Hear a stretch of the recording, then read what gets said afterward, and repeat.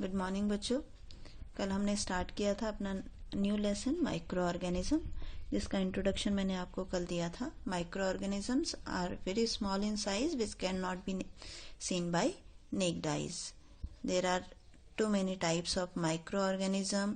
They may be unicellular, multicellular, and we take different type of example. Bread का हमने example लिया था, आटे का हमने एग्जाम्पल लिया था कि किस तरीके से जब गर्मियों में उसको हम बाहर रखते हैं तो वो खराब हो जाता है ड्यू टू माइक्रो ऑर्गेनिज्म। कल ही मैंने आपको डिस्कस किया था type of micro organism, bacteria, algae, fungi and protozoans. और इस बहुत इंपॉर्टेंट पार्ट एक हमने स्टार्ट आपको एक्सप्लेन किया था, दैट इज वायरस। क्योंकि वायरस अभी सबसे ज्यादा हम नाम सुन रहे हैं। वायरस एक ऐसे माइक्रो ऑर्गेनिज्म है जिनका कोई भी एग्जिस्टेंस नहीं होता है without any living organism. They can survive only inside the living organism, but some virus can survive outside the organism for a some time, जैसे आप कोरोना वायरस के बारे में आजकल सुन रहे हैं। फिर इसके बाद नेक्स्ट हमने बहुत सारे टाइप्स के शेप्स देखे थे माइक्रो ऑर्गेनिजम्स के। Bacteria of different type, spiral shape, rod shape, इसी तरीके से एल्गी, प्रोटोजोआ एंड फंजाई। इसी के आगे हम स्टार्ट करते हैं नाउ नेक्स्ट हमारा है वायरस शेप। वायरस के यहाँ पे आपको दो तरीके के वायरस यहाँ पे शो किए गए हैं।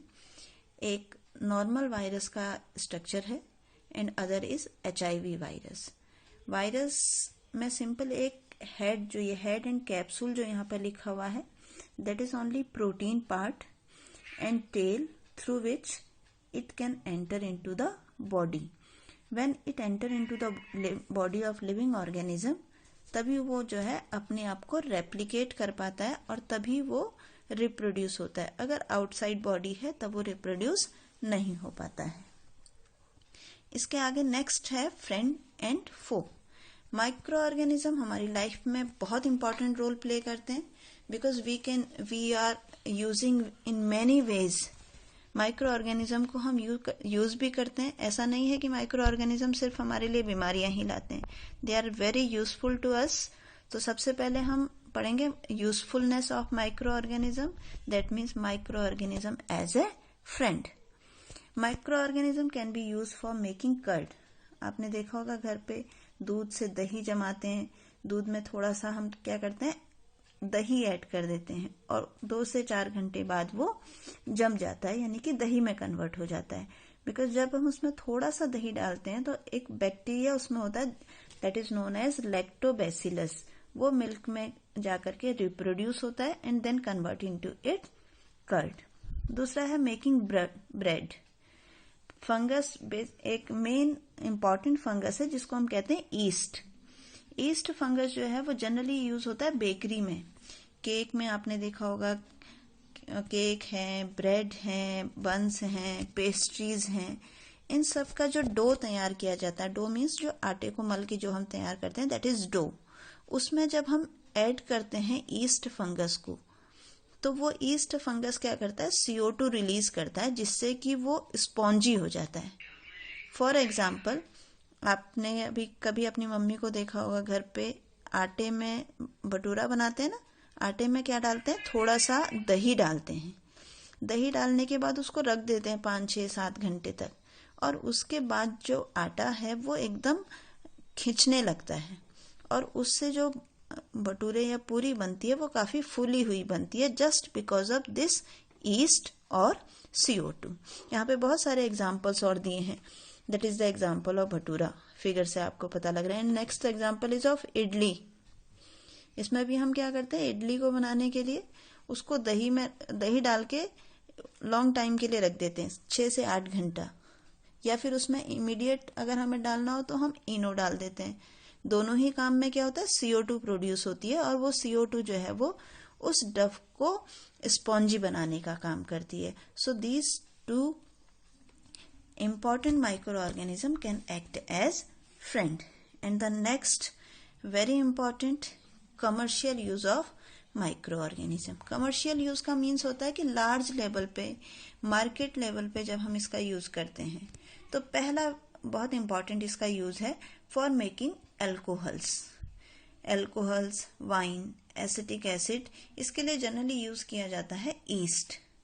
इसमें क्या, जितने भी नेचुरल शुगर्स हैं, नेचुरल शुगर्स मीन्स जैसे गन्ना है, बर्ली यानी जौ है, वीट है, राइस है, इन सब की हेल्प से हम अल्कोहल प्रिपेयर कर सकते हैं। अल्कोहल प्रिपेयर करने के लिए इसमें ईस्ट डाल के इसको काफी टाइम तक फॉर 3 days के लिए हम इसको या तो रख देते हैं या फिर इसको बहुत हाई टेम्परेचर पे हीट करते हैं। तो जब इसको हीट किया जाता है देन वो जो शुगर है वो कन्वर्ट हो जाता है किसमें, अल्कोहल में। और इसी प्रोसेस को हम क्या कहते हैं, फर्मेंटेशन। ये आपका 1 मार्क्स में क्वेश्चन भी बहुत जगह पूछा जाता है, what do you mean by fermentation. Fermentation it is process जिसमें आप शुगर से अल्कोहल प्रिपेयर करते हैं। और फर्मेंटेशन की जो प्रोसेस सबसे पहले डिस्कवर करी थी वो साइंटिस्ट हैं जिनका नाम है Lewis pasture. And next the very important use, the medicinal use of micro organism. Micro organism जितने भी बैक्टीरिया, वायरस और एल्गी, फंजाई हैं, ये सिर्फ हमारे लिए बीमारियां ही नहीं लाते बल्कि बीमारियों को दूर करने का भी साधन है। जब भी आप कभी डॉक्टर के पास जाते हैं तो डॉक्टर आपको क्या करते हैं, आपको चाहे सर्दी है, खांसी है, जुकाम है, बुखार है, but any type of disease, तो डॉक्टर आपको क्या करते हैं, 2-3 टाइप की दवाई देते हैं। और उन दवाइयों में से एक दवाई होती है जिनको वो कहते हैं कि 3 दिन तक लेनी है या 3 टाइम लेनी है। वो बेसिकली क्या होती हैं, एंटीबायोटिक्स होती हैं। एंटीबायोटिक्स ऐसी मेडिसिन है जो माइक्रो ऑर्गेनिज्म से ही, जिनको हम प्रिपेयर करते हैं और माइक्रो ऑर्गेनिज्म को ही किल करने के लिए यूज की जाती है। दीज मेडिसिन किल और stop the growth of disease causing micro organism. यानी कि जब हम एंटीबायोटिक्स लेते हैं तो जो माइक्रो ऑर्गेनिज्म हमारी बॉडी में इफेक्ट कर रहा है, कोई बैक्टीरिया, कोई वायरस, तो वो या तो उसकी ग्रोथ को कम कर देता है या तो उस अंदर वाले बैक्टीरिया को मार देता है। उन मेडिसिन को हम कहते हैं एंटीबायोटिक। बट ये जो एंटीबायोटिक्स हैं इनको लेने के लिए हमें बहुत इम्पोर्टेंट, ऐसा नहीं है कि हम एंटीबायोटिक्स को कितने भी दिन ले लें या कौन सी एंटीबायोटिक्स कब लेने, उसके लिए बहुत सारे प्रिकॉशंस मेजर हैं। तो सबसे पहली चीज कि अगर एंटीबायोटिक लेनी है, it must be taken on the advice of qualified doctor. आप किसी भी एंटीबायोटिक को अपनी मर्जी से घर पे रखे हुए नहीं ले सकते। Then also you must finish the course prescribed by the doctor.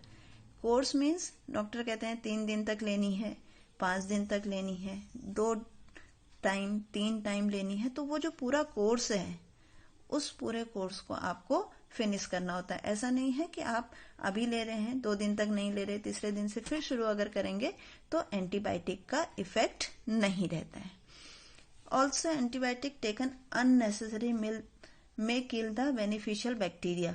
मैंने आपको जैसे बताया कि हमारी बॉडी में बहुत सारे बेनिफिशियल बैक्टीरिया भी हैं जो हमारी बॉडी को बहुत सारी चीजें प्रोवाइड करते हैं या हमारी बॉडी की ग्रोथ के लिए जरूरी हैं।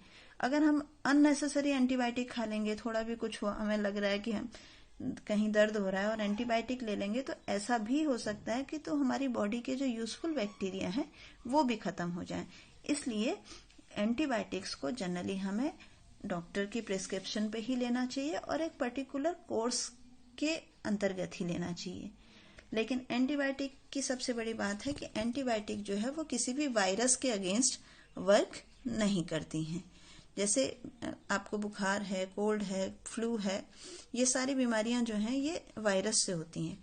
वायरस में के एक्ट में कोई भी एंटीबायोटिक काम नहीं करता है।